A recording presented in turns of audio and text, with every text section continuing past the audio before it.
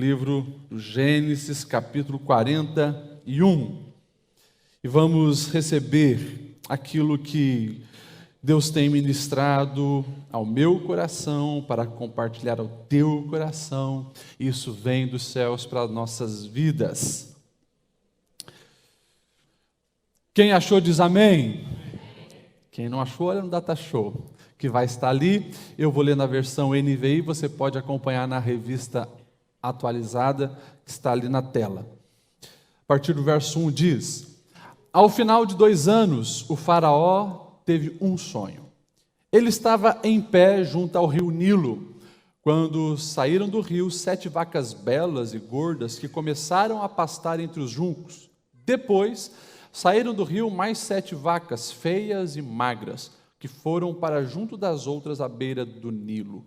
Então as vacas feias e magras comeram as 7 vacas belas e gordas. Nisso o faraó acordou. Tornou a adormecer e teve outro sonho. 7 espigas de trigo graúdas e boas cresciam no mesmo pé. Depois brotaram outras 7 espigas, mirradas e ressequidas pelo vento leste. As espigas mirradas engoliram as 7 espigas graúdas e cheias. Então o faraó acordou, era um sonho. Verso 8. Pela manhã, perturbado, mandou chamar todos os magos, sábios, conselheiros do Egito e contou o sonho, mas ninguém foi capaz de interpretá-los. Então o chefe dos copeiros disse ao faraó: hoje me lembro das minhas faltas. Certa vez o faraó ficou muito irado com 2 servos e mandou prender-me junto com o chefe dos padeiros na casa do capitão da guarda. Certa noite, cada um de nós teve um sonho e cada um tinha a sua própria interpretação.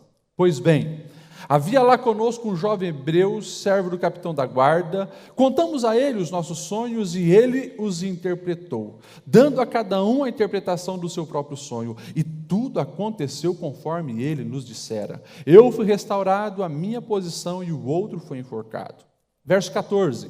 O faraó mandou chamar José, que foi trazido depressa da prisão, e depois de se barbear e trocar de roupa, apresentou-se ao faraó. O faraó disse a José: tive um sonho que ninguém consegue interpretar, mas ouvi falar que você, ao ouvir um sonho, é capaz de interpretá-lo. E o verso 16 para a gente finalizar. E respondeu José ao faraó dizendo: isso não está em mim. Deus dará a resposta de paz a faraó. Amém? Até aqui a gente lê, mas nós vamos tirar lições preciosas de todo o capítulo 41. Se você quiser ficar com a sua Bíblia aberta, fique, porque há riquezas aqui nesse capítulo para as nossas vidas.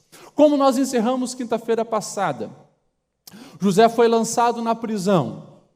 Já estava há algum tempo na prisão e o texto aqui nos informa que 2 anos se passaram desde que ele havia interpretado o sonho daquele copeiro, mas foi esquecido, abandonado durante 2 anos.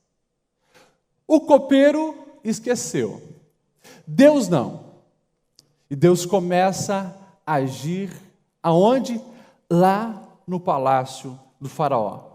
É fantástico esse versículo 1 que nós lemos, e pode colocar na tela o versículo 1. Ao final de 2 anos, Faraó teve um sonho.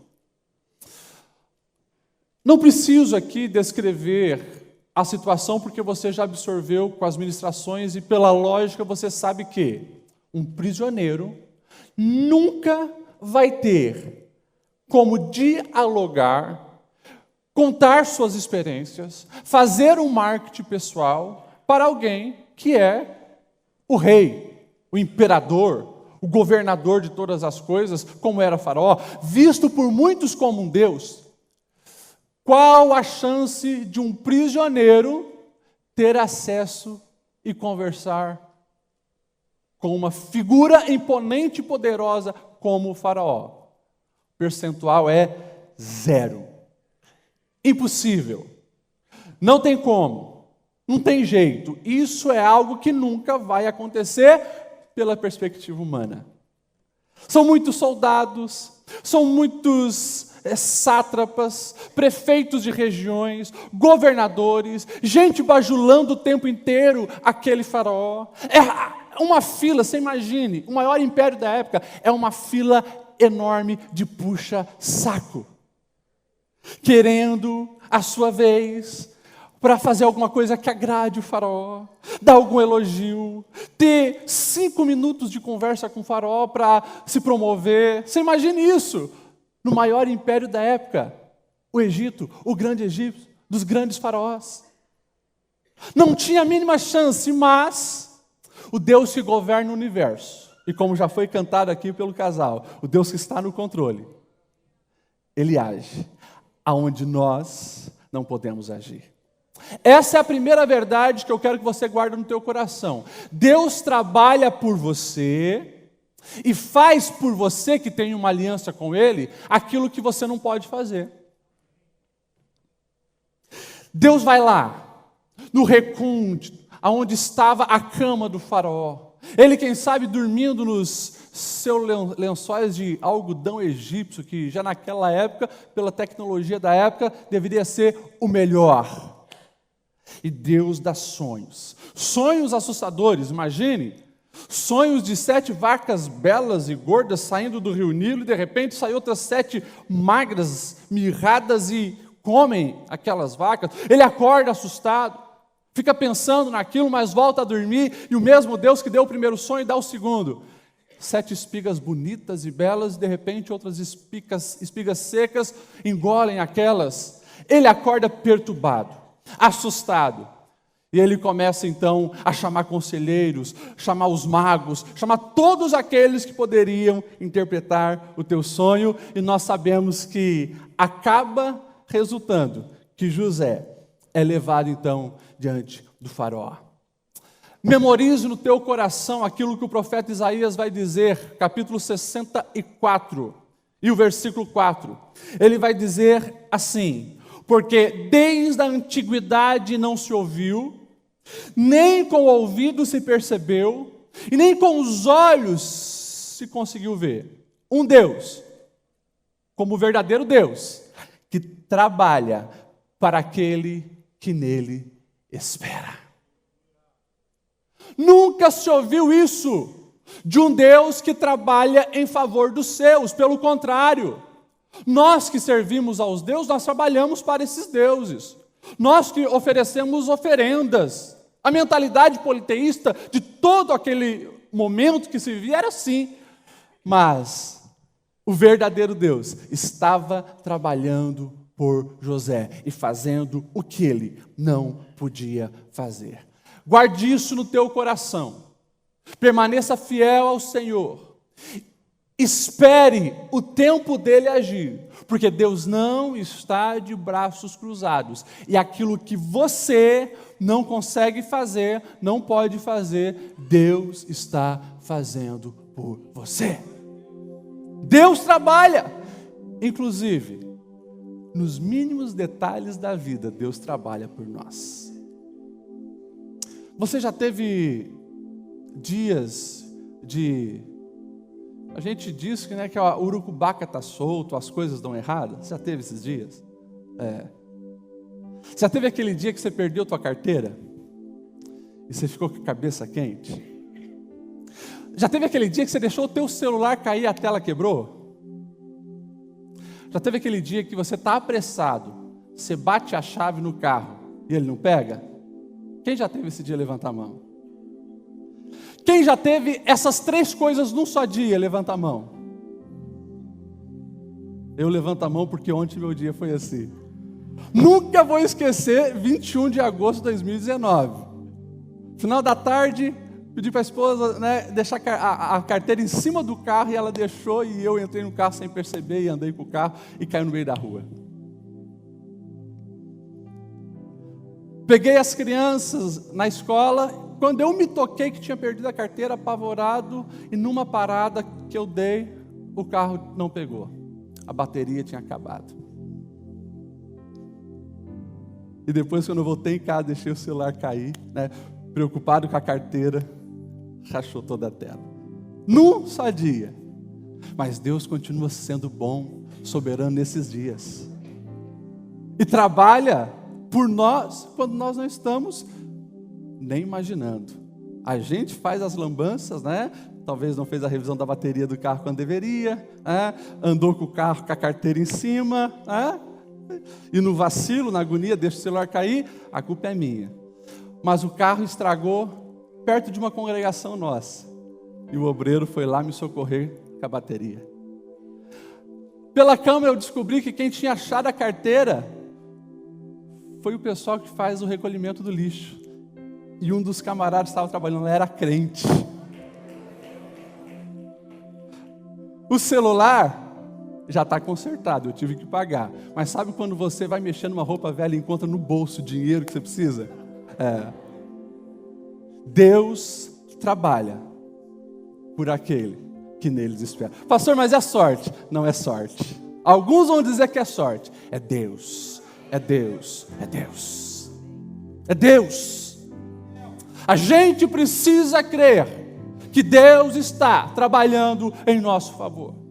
E mais, a lição que nós olhamos também para esse texto é que Ele age e trabalha por nós e tem um tempo certo para todas as coisas. Um tempo certo para todas as coisas. 2 anos se passaram desde que José tinha feito um pedido. O pedido era para aquele amigo que estava lá na cadeia: olha, você viu que eu interpretei teu sonho, lembra de mim, 2 anos se passaram. Imagine que no mesmo dia que esse copeiro, ele é restabelecido no seu ofício. Imagine isso. No mesmo dia, ele se lembra de José.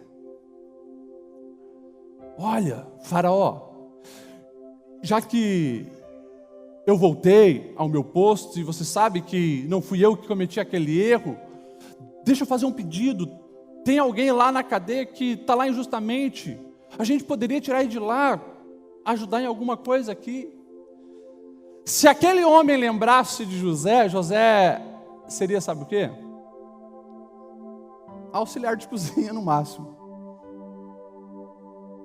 Faraó daria uma chance e José estaria lá, ajudando na cozinha aquele copeiro. O tempo passou e no tempo certo, Deus deu sonhos ao Faraó, porque tinha alguém que era especialista em sonhos, José. E Deus queria promover o encontro entre os dois, sem intermediários que fizessem uma entrevista, quem sabe, com José, visse se ele era de boa índole, se era apto, e jogasse ele para trabalhar em qualquer canto do palácio Faraó. Não, tinha que ser algo poderoso, grandioso, porque o que estava reservado para José era algo para impactar. Precisamos aprender a esperar o tempo de Deus, e o tempo de Deus não é o nosso tempo, mas como nós já falamos aqui, tudo que Deus faz é perfeito, e o tempo que Ele tem para a sua vida é também perfeito. Acalma o teu coração. Uns 2 anos atrás nós ouvimos aqui um testemunho, se eu não estou esquecido o nome da irmã, era Janaira, e ela contou de uma agonia que ela passava, porque tinha o desejo de estudar e não tinha condições, e quando ela viu a oportunidade de uma bolsa de 20% de desconto, ela fez a inscrição para ganhar essa bolsa e foi rejeitada. E de repente, a faculdade lança uma outra bolsa de 50%. Ela diz: agora é minha vez, e nada. Foi rejeitada. Eu me lembro ela contando que o tempo foi passando, mas surgiu uma bolsa de 75%. E dessa vez ela se antecipou a todo mundo, preparou a documentação de uma maneira que não tinha como dar errado, mas deu errado. O tempo passando e o coração dela apertado. Mas surgiu uma vaga e ela disputava com uma bolsa de 100%. E daí dessa vez a porta se abriu. E ela entrou para a faculdade com uma bolsa de 100%. Deus tem um tempo certo. Basta a gente estar com o nosso coração em sincronia com os céus. Mas lembre, para você ter essa sincronia, é preciso ter relacionamento. Senão, a gente se desespera, a gente se agonia, a gente rói a nossa própria alma com a ansiedade, com o desespero, com as angústias.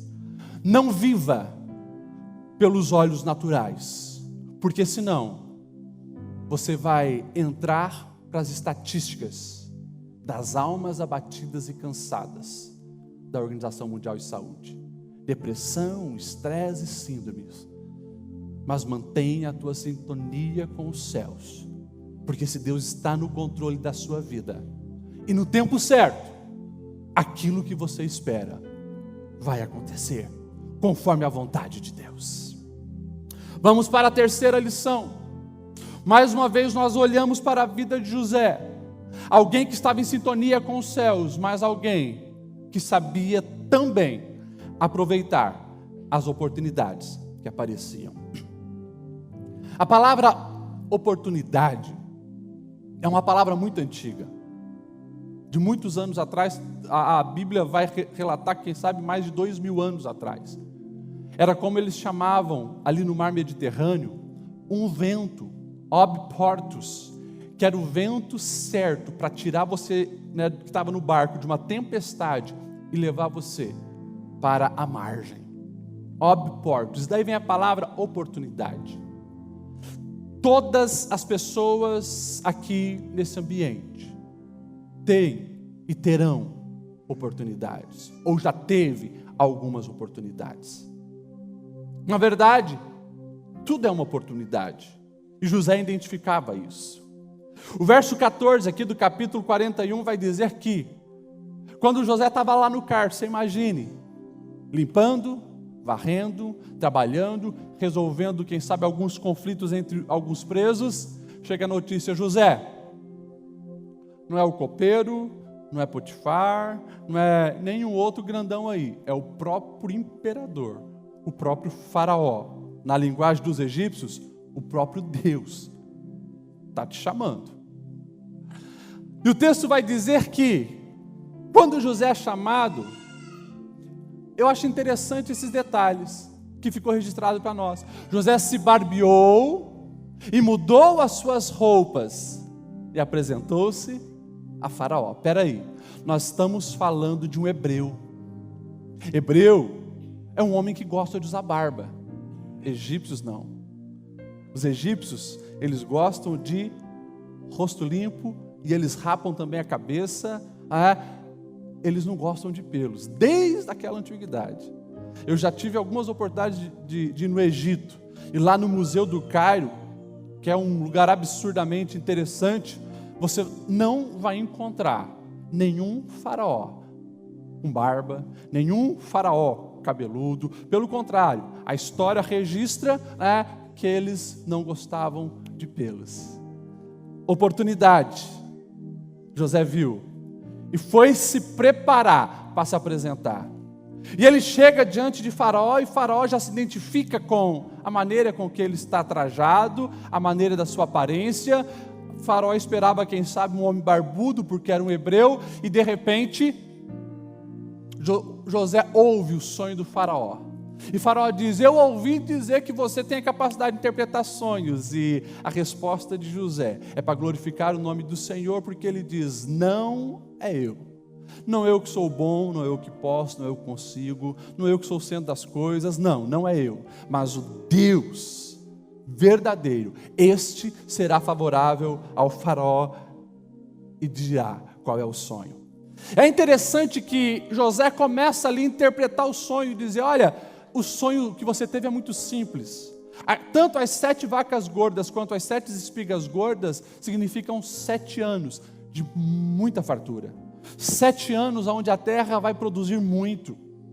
Mas, acabando esses 7 primeiros anos, virão outros 7 anos. E as vacas magras e as espigas secas, elas representam esses 7 anos de crise, escassez. E a crise vai ser tanta que o povo nem vai se lembrar do tempo da prosperidade.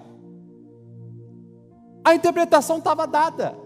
Mas nós estamos falando de alguém que sabe aproveitar a oportunidade. Dá uma olhada no que José começa a dizer a partir do versículo 33. Ele vai dizer assim: portanto, Faraó, escute isso, previna-se, agora de um homem entendido e sábio, ponha sobre a terra do Egito. Olha só o verso 34. Faça isso, Faraó, e ponha governadores sobre a terra. Tome a 5ª parte da terra do Egito nos 7 anos de fartura.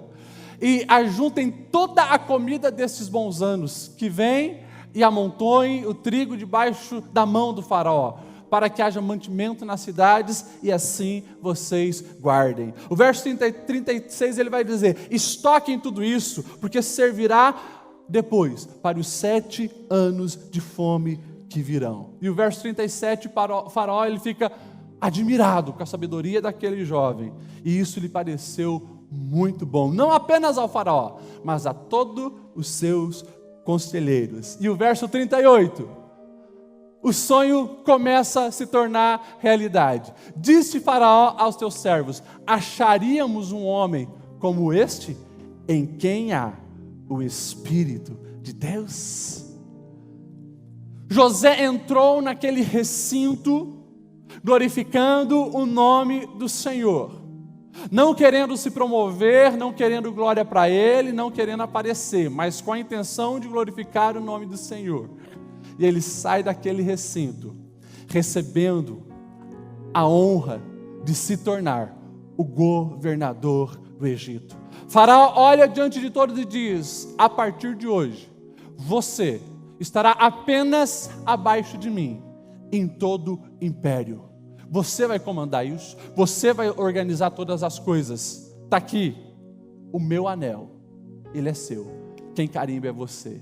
E o texto vai continuar dizendo que o próprio Faraó não fazia nada e não tomava decisões importantes sem antes consultar José. Nós precisamos entender coisas preciosas, verdades importantes aqui. Primeiro, escute isso que eu vou te dizer agora. José, ele não era aquele jovem, aquele homem que via oportunidade apenas nos grandes cargos. Eu pergunto para você, como nós lemos verso do 33 ao 36, quem deu tanta sabedoria de administração a esse menino? Claro, pastor Lidiel, foi Deus, ok. Como que Deus deu? Deus mandou um anjo descer com uma varinha de condão e fazer um plim-plim na cabeça dele, e ele recebeu uma sabedoria por osmose? Não. Sabe o que aconteceu? Eu vou te dizer o que aconteceu. Esse menino, quando ele foi levado como escravo para o Egito e comprado por Potifar para trabalhar como escravo, lá ele já viu uma oportunidade de aprender alguma coisa. Esse menino, quando é enganado, difamado e caluniado pela esposa de Potifar e vai para a cadeia, ele lá na cadeia vê uma oportunidade de aprender mais, de fazer o seu melhor. Isso foi gerando conhecimento, sabedoria, dando experiências, a ponto de que quando chega o momento ápice da vida de José, ele está preparado para assumir aquilo que estava reservado para ele, sem deixar, na nossa linguagem, a peteca cair, sem dar furo, mas ele estava preparado. Por quê? Até mesmo em situações e circunstâncias que aparentavam ser negativas, ele via uma oportunidade de crescer. Escute isso, a tua grande oportunidade vai surgir, a grande porta que você espera vai se abrir, mas a pergunta é: você tem enxergado as pequenas oportunidades que todos os dias estão diante de você? Ou você cruzou os braços, fechou a mente, se cegou para o mundo e só lamenta, só murmura, só reclama, só vive depressivo e de cabeça baixa? Tudo virou um caos e cinza, porque a grande oportunidade não surgiu. Vai surgir, mas você só vai conseguir aproveitá-la se todos os dias, nas pequenas oportunidades, você tomou posse da sua bênção. Ei, essa 1h30 que você passa nesse recinto, você está tendo uma oportunidade de crescer e amadurecer. Você sentou do lado dessa pessoa e há uma oportunidade de você fazer network, conhecer, ser instrumento de Deus e abençoá-la. Dá um sorriso para quem está do seu lado e pergunta para essa pessoa: você está aproveitando a oportunidade de sentar do meu lado? Entenda isso. Todos os dias nós temos oportunidade. Pastor Lediel, mas e quando a vida dói? A vida de José estava doendo, mas ele estava aproveitando as oportunidades. Ei, te colocaram para ser o auxiliar daquele que recolhe o cocô do cavalo do bandido, como diz o ditado. Faça com esmero, dê o seu melhor, faça o que é certo. Por quê? Mesmo que os olhos da politicagem não te vejam, Deus está vendo e Ele vai te honrar. Próxima verdade, porque ainda tem 3 para a gente falar. Um dos propósitos, anote essa verdade, um dos propósitos dos sofrimentos que passamos é justamente para isso, nos preparar para o sucesso. Vou repetir.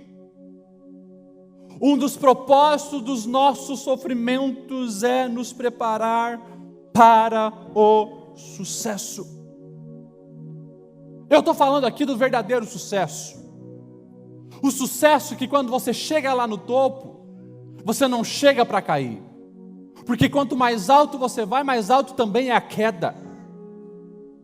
E é um grande risco subir.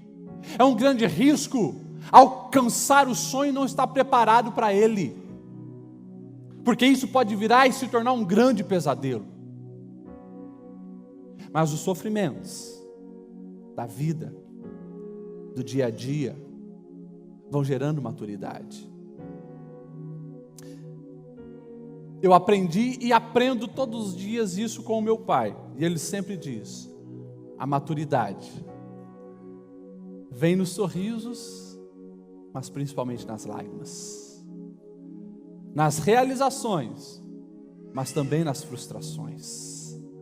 É no sofrimento que a tua alma se torna simples, a ponto de não permitir que a soberba suba para a cabeça e você esqueça que depende sempre do seu Deus. Jamais esqueça essa lição. Os sofrimentos da vida estão te preparando para quando você chegar lá, aonde você deseja, você desfrute da melhor maneira possível. Quando eu olho para a vida de José e ele se torna um excelente governador no Egito, a gente consegue perceber que não teve uma soberba em si, porque 13 anos ele passou sofrendo, enxergando a miséria humana, a nossa pequenez, que se não fosse a misericórdia de Deus, nós não éramos nada. E quem olha, quem sabe esse texto vai dizer: está vendo? Deus mudou a situação de José da noite para o dia, ou do dia para a noite. Não.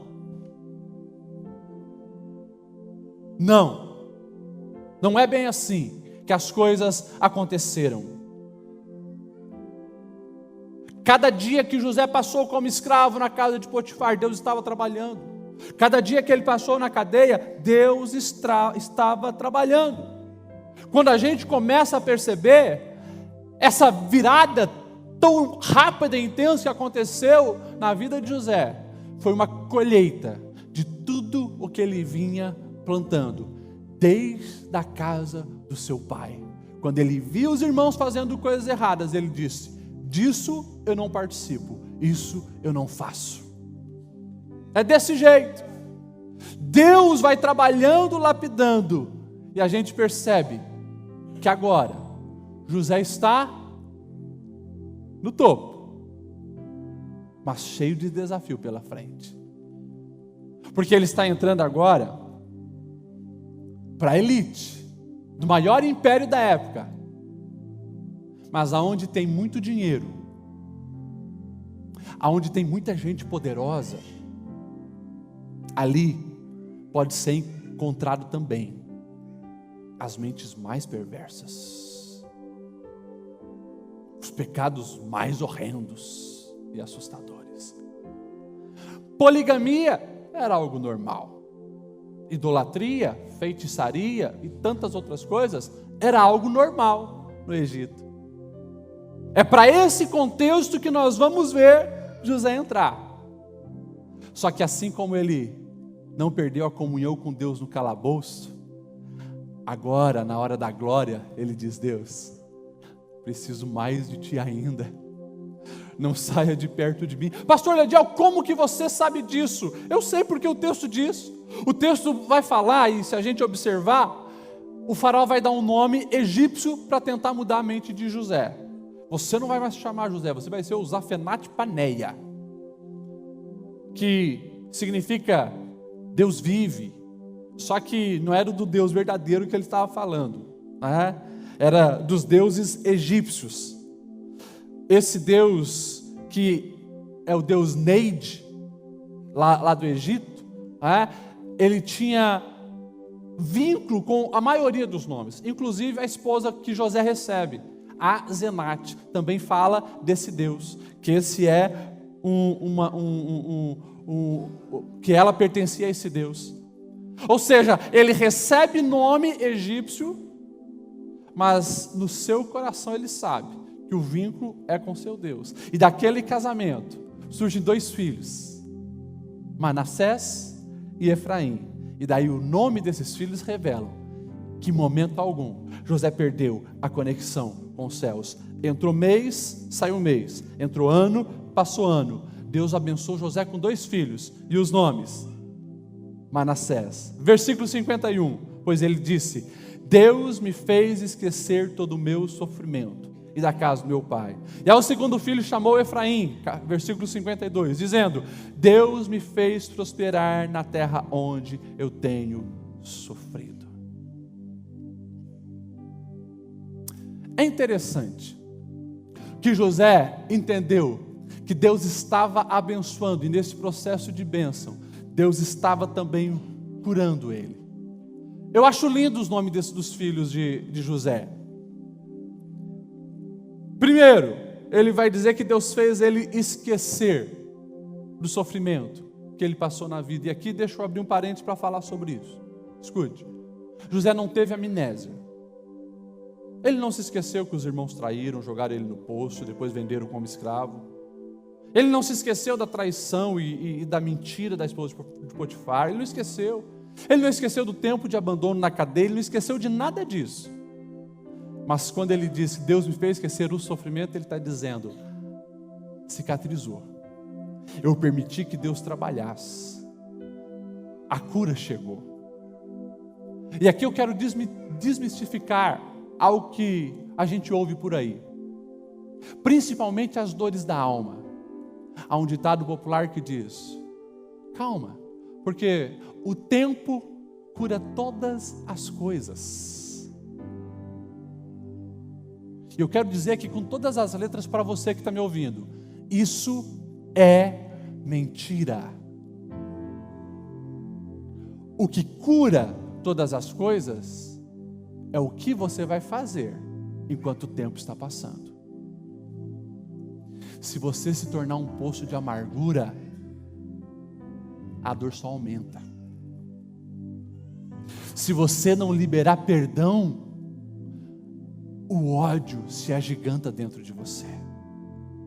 O tempo passa e você fica remoendo o que os outros fizeram e sempre procurando um culpado porque você não vai para frente. O tempo vai passar e as coisas só vão piorar.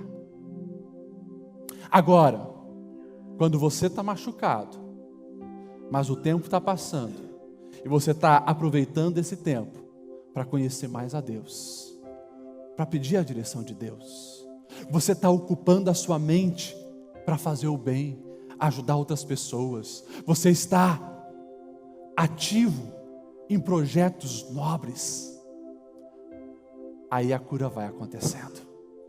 Daí o tempo sim vai passando e o fardo da alma vai ficando mais leve, mais leve, mais leve. E Deus começa a te abençoar. Deus te abençoa com um cônjuge, te abençoa com filhos, e você consegue ver que por mais que tentaram te destruir, puxar o teu tapete, te prejudicar, a mão do Senhor te abençoou, te guardou, te prosperou. Escolha todos os dias praticar os ensinos da palavra. Guarda o teu coração do mal. Não permita que todos os dias as setas satânicas e diabólicas encontrem brecha e entrem na sua alma. Chega! Já passou décadas e você continua amargurado com isso. Já passou anos e isso está atravessado na sua garganta e você todo dia remoe isso na mente e não vai para frente. Chega disso. Escolha viver. Escolha viver. Escolha viver. Pega na mão de quem está do seu lado e diga para essa pessoa: escolha viver. Ei, todo mundo sofre, todo mundo já foi caluniado, todo mundo já foi traído. Se você tem mais de 20 anos, meu amigo, você está nessa terra má, é bem provável que você já sofreu muito. Mas o segredo daqueles que desfrutam dos sonhos de Deus é que eles escolhem viver a vida de Deus todos os dias. Esse processo gradual de superação vai acontecer nas escolhas corretas que você faz. Para a gente caminhar para o fim, as duas últimas verdades. Por favor, aprenda essa lógica milenar. Nós estamos falando, gente, de um texto escrito 4.000 anos atrás, pouco mais, quem sabe. Escute isso que eu vou te dizer. Tem uma sabedoria milenar que diz: poupe na bonança para você ter no tempo de escassez. Foi Deus que deu esse sonho a Faraó uma vez, duas vezes. Deus deu a interpretação para José, ou seja, vem de Deus a proposta, tá? Não estou falando de dica de youtuber. Não estou falando disso, estou falando de palavra de Deus. E a palavra de Deus está dando para nós sabedoria administrativa de vida, financeira também. Ei, vai ter fase boa. Vai ter fase que o dinheiro vai chegar na tua mão. Por favor, aproveita esse tempo. José diz: nós vamos construir celeiro, nós vamos guardar, mas não vamos passar fome, não vamos esquecer de viver. Um quinto, nós vamos guardar, para que nos 7 anos que virão depois, tempo de seca, de miséria, sem a terra produzir alimento, nós vamos ter. Quem sabe, nesse tempo que o Brasil está passando de crise, você se lembre lá de trás: puxa, por que eu não poupei? Estou me estressando hoje para pagar uma conta básica de água e luz e não estou dando conta. Eu deveria ter comprado menos roupa, gastado com menos bobeira, ou vício maldito que me corroía. Quantas garrafas de blackjack foram, né? Mas escute o que eu vou te dizer. O mundo dá voltas, e você vai ter outras oportunidades. Que a tua sabedoria esteja ampla. No tempo de fartura, poupe, guarde. Não seja miserável. Não estou dizendo para você viver uma vida medíocre e miserável, não. Uma sabedoria que vem de Deus. Está aqui, milenar, a palavra de Deus nos ensinando algo básico. E posso abrir um parênteses para fazer uma aplicação não apenas financeira? Uma aplicação emocional, relacional. Ei, quem sabe você tem fartura de beijo e abraço todo dia nessa família, né? Quem sabe você tem um colo de mãe ainda para aproveitar. Um cheiro de gente querida para cheirar no pescoço. Um colo para deitar. Alguém para fazer cafuné. Aproveita. Porque as pessoas também não são eternas. Elas podem e alguns vão passar antes de você.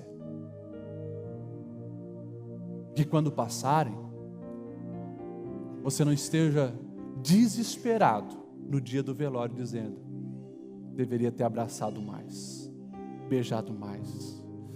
A minha mãe estava ali, eu não aproveitei. Meu pai estava ali com os seus conselhos e eu desperdicei.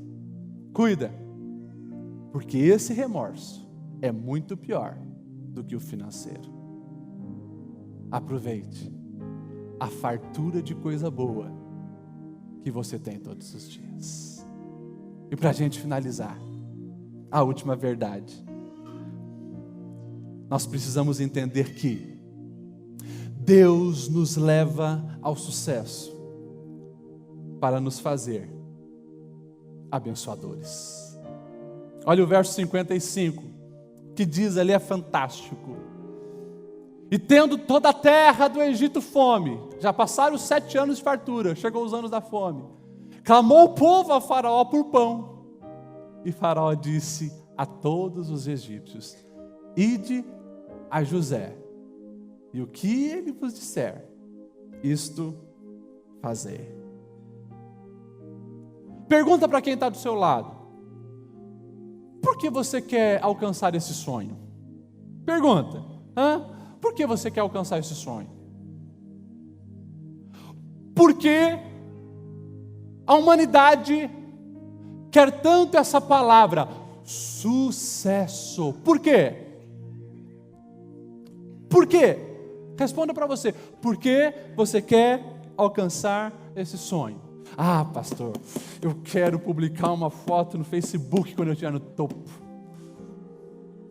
para que aqueles que desprezaram sintam inveja de mim.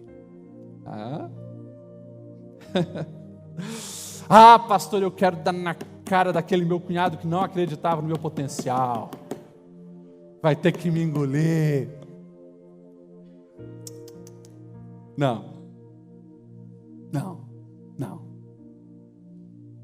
José entendia que aquilo que Deus estava reservando para ele, e o sonho que aos 17 anos ele recebe agora está se cumprindo, tinha um propósito muito maior: fazer dele um grande abençoador. Abençoar vidas, abençoar pessoas. Pastor, mas então agora me vem uma confusão, porque o meu sonho eu queria alcançar para zombar das outras pessoas. Isso não vem de Deus. Se o teu sonho não é para promover o bem e a glória do nome do Senhor, esse sonho não vem de Deus. Agora, se você quer constituir aquela família que você sonha para a glória de Deus, os céus aplaudem. Se você quer chegar na gerência, na presidência daquela empresa, para glorificar o nome do Senhor, ajudar quem precisa e promover o reino de Deus, isso vem de Deus. Se você quer ficar rico, e isso é para fazer o bem, isso vem de Deus. Mas lembre sempre que a bênção que Deus dá nunca encerra em você. Ela precisa continuar.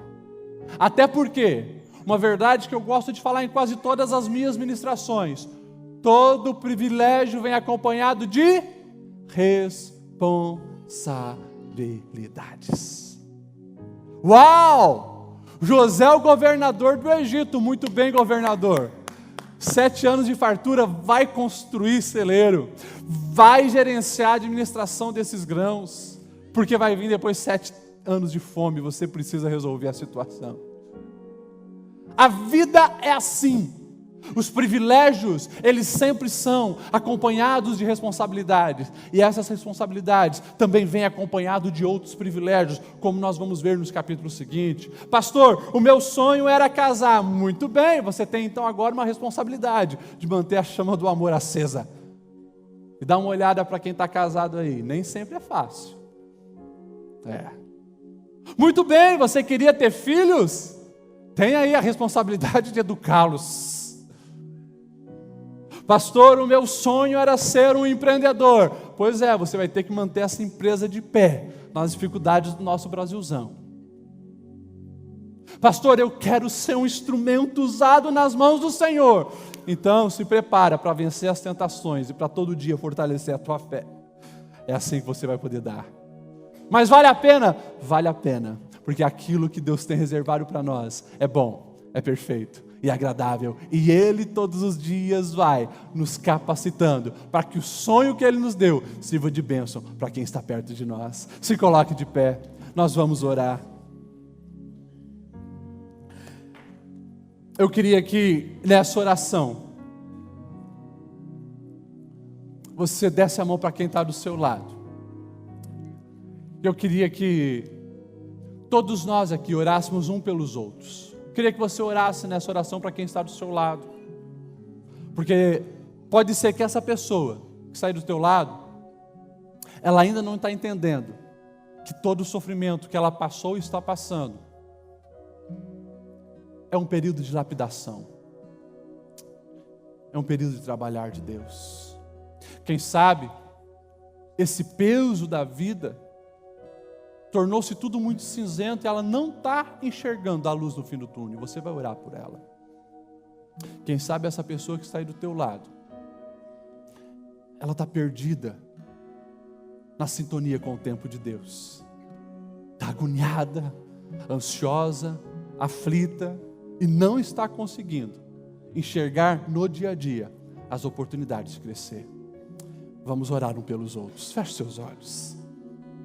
Senhor Deus, obrigado pela Tua palavra, obrigado pela vida de José, obrigado, Senhor, porque nós temos crescido tanto e aprendido tanto em Ti.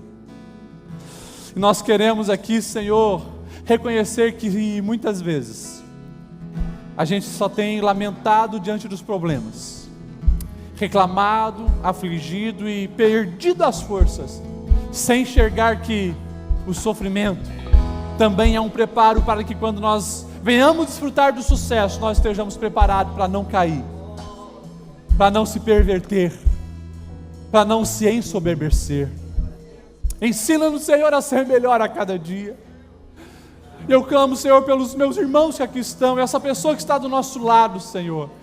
Ajude-a, fortaleça, renova a fé. Consola, Senhor, consola, Senhor. Tira toda confusão de mente, porque nós queremos manter essa sintonia com os céus e aproveitar as oportunidades dos nossos dias, não apenas quando as oportunidades são grandiosas, mas nas pequenas oportunidades do dia a dia, sabendo que Tu estás no controle, Tu tens, Senhor, as nossas vidas nas Suas mãos. E nós nos unimos aqui para dizer que continuamos crendo nos Teus planos para nós. Os nossos olhos se voltam para Ti. Nós cremos, Senhor, que Tu tem reservado algo nas nossas vidas. Eu creio, eu creio, eu creio, eu creio. Aplauda o nome do Senhor.